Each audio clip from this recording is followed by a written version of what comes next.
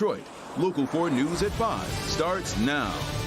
Now, live at 5 o'clock, some big clues emerge that may lead to who demolished a state rep's Detroit home. No end in sight. 19 days on the picket line as experts now say the UAW's strike on GM is turning into a battle of attrition. But we'll begin with breaking news as health officials confirm the first vaping-related death here in Michigan. Today's announcement comes on the same day as a new urgent warning is issued from the CDC. Let's bring in Sandra Ali. Right now, the state isn't saying much at all about the victim, Sandra. Yeah, these are all late-breaking developments, Kimberly and Devin. He's an adult, we know, and his death was reported to the Michigan Department of Health and Human Services on Wednesday, but that's all they'll release for confidentiality reasons. This is the first death reported in the state, as you said, but there are 30 confirmed or probable cases of lung injuries linked to vaping here in Michigan. That's since August. Most have been in the hospital for severe respiratory illness.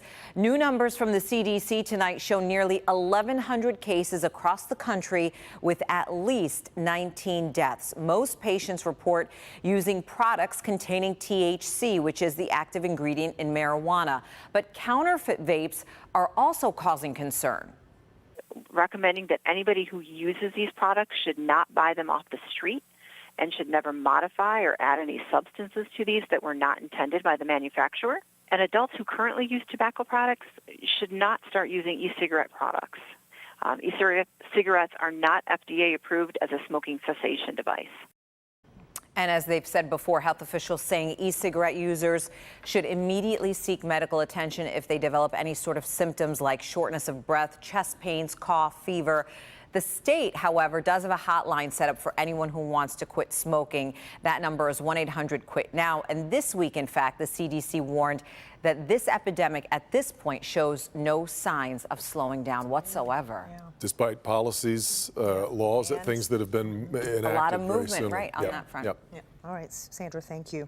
And more news tonight, a key clue uncovered amid the mystery surrounding the demolition of a home belonging to State Rep Sherry Gay Danyogo. The remnants of that house are here in a dump site miles away in Wayne. Let's bring in Sean Lay live on Minnick Street where the home once stood. Sean, now the question is who hauled it there? That's right. This is a big clue found exactly where the debris of this home has been taken to. That will lead Devin to who hauled it there. And then ultimately, the hope is here answering the question, who demolished the home?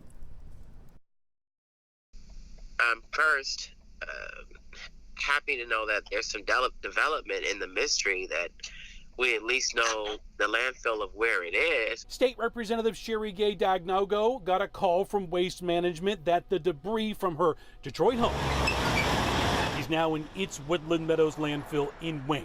It is a huge clue in this missing house mystery, but so many questions remain. Why was it demolished?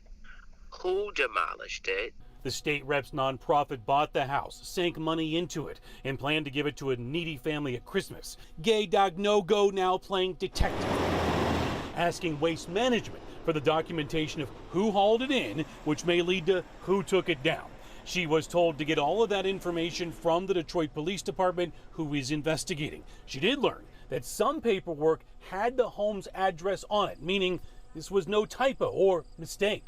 In fact, dumped the house as my address. Someone actually ordered our house to be demolished. All right, we're back here live. The big picture here is, Devin and Kimberly, that Detroit police still have an open criminal investigation into all of this. But again, one big clue at least discovered. Back to you. Yeah, one clue, but what now? What's going to happen next in all of this, Sean? Well, eventually, the state rep says she wants to know who demolished it and who ordered that demolition. She put money, Kimberly, into this home as a gift to someone else, so she wants that money back. Oh, yeah, I can understand why. All right. Thanks, Sean. Got a health alert tonight to report at Michigan State after elevated levels of Legionella are found in the cooling tower of the veterinary diagnostic lab. University says it immediately shut off the heating and cooling system in the building and began disinfecting it right away. They say there is no risk to individuals, animals, or the environment. 19 days of constant negotiating, but still no deal in sight. The UAW strike on GM is dragging on for longer than either side thought. And today they are back at the bargaining table, but real questions about the substance of those talks. Business editor Rob Maloney live along the picket line in Lansing. It's starting to look like a staring contest with neither side wanting to blink, Rod. Well, they've been out here actually walking for 17 days now. They're getting tired. They're getting impatient. There's some stuff online on Facebook from GMW line workers saying, hey, they should just walk away from the table if we can't get a deal by now.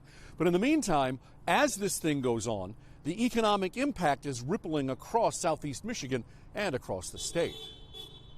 Lansing Grand River door line temp Nick Gerlach got his $250 strike check on Tuesday. It's definitely important. Helps us pay our bills and stuff while we're on strike. Yet a mere fraction of his regular pay. Run that across roughly 18,000 GM UAW Michigan line workers, it adds up quickly. Well-known Michigan economist Patrick Anderson tells Local 4 Southeast Michigan's economy already took a $200 million hit and fears if the strike goes on much longer, GM won't be able to make up production, lose sales, and cause a one-state recession. And you also have people with just reduced hours, and all of a sudden they don't have overtime, or they're not working 40 hours, they're not getting called in.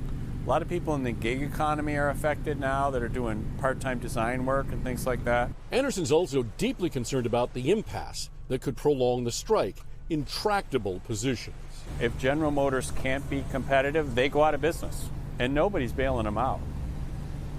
If the UAW doesn't insist on workers on benefits for their members, why do they need the UAW? So these are issues that become very, very important for both parties. How long do you think you can last out here? We'll be out here for as long as it takes to get what's fair. Now, one of the things that Anderson talks about is customers can be impatient. Say you're looking to get a car that you want, you can't get it for a month. You start looking elsewhere for a car that you like elsewhere. Maybe you buy that one and then never come back to GM. He said for GM, that's been a problem. The company has been shrinking over the years. And, this extended strike is not helping that. He suggests they get to a deal as quickly as humanly possible. Back to you. Well, this was the first of the big three to go through this. And, Rod, what has been talked about quite a bit less is what all of this means, the ramifications are for both Ford and Chrysler. Well, when they do these negotiations, it's done on a dual track. You have the national contract, you have the local contracts. Well, today, Fiat Chrysler said they have most of their local agreements done. Ford yesterday said they have most of their local agreements completed. They're standing by, waiting to see what the national pattern agreement looks like. And so they're kind of tapping their toes, too, saying, hey, guys, let's get this going here. Yeah, with the rest of us. All right, Rod. Well, kind of a mixed bag today, weather-wise. Really chilly this morning. It was. Got your attention, right? It really did. Let's get over to Andrew. He's in for Ben tonight. Andrew, how's it looking headed into the weekend? Well, we have gray skies for right now. Still cool and brisk out there. Still need those jackets, just as we did earlier this morning, with 54 degrees over at the airport. A wind at around 14 miles per hour, putting a bit of a nip in the air. And some temperatures elsewhere, mostly in the low 50s as well. But we had some beautiful sunshine this morning, giving way to clouds right now and for the evening. But it does remain dry. 51 degrees right now for our friends in Lapeer, 53 in Ann Arbor. And you guessed it, when you stepped outside earlier today and right now, temperatures easily 9, 12, 17 degrees lower than what they were 24 hours ago, and they'll continue to plummet. Not quite down toward freezing, but some areas in the upper 30s by dawn, down to about 39 in Lapeer. So make sure the pets are back indoors. We'll talk about where temperatures go tomorrow afternoon and when the sun reappears in your weekend forecast. All right, Andrew. President Trump on the defense today, insisting his push for Ukraine and now China to investigate political rival Joe Biden is about corruption, not politics. This House Democrats, as House Democrats release pages of text messages in their ongoing impeachment inquiry into the president. Alice Barr breaks it down for us from Washington. Alice. Good evening. We're also getting a look at pages of text messages House Democrats released that appear to show U.S. diplomats pushing Ukraine to open investigations into Joe Biden and his son.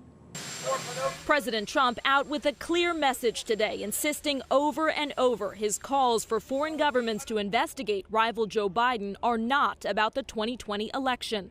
I'm only interested in corruption. I don't care about politics. But Republican Senator Mitt Romney said it's hard to believe the president's brazen and unprecedented appeals are anything other than politically motivated. President Trump is accusing Biden's son Hunter of crooked business dealings in China and Ukraine while Biden was vice president. The Biden campaign calling it a dismantled conspiracy theory. Ukraine's new top prosecutor saying today he hasn't seen any evidence of wrongdoing by the Bidens, but his office is reviewing past cases. This while Michael Atkinson, the intelligence community's inspector general, briefs lawmakers behind closed doors about the whistleblower complaint that triggered the impeachment inquiry. And overnight, House Democrats released encrypted text messages showing U.S. diplomats pressing Ukraine to investigate the Bidens and raising the issue of a delay in military aid. In one exchange, the top U.S. diplomat in Ukraine tells a group of other American diplomats, "I think it's crazy to withhold security assistance for help with a political campaign." A colleague responding, "The president has been crystal clear, no quid pro quos of any kind," later suggesting we stop the back and forth by text. That is a BS line.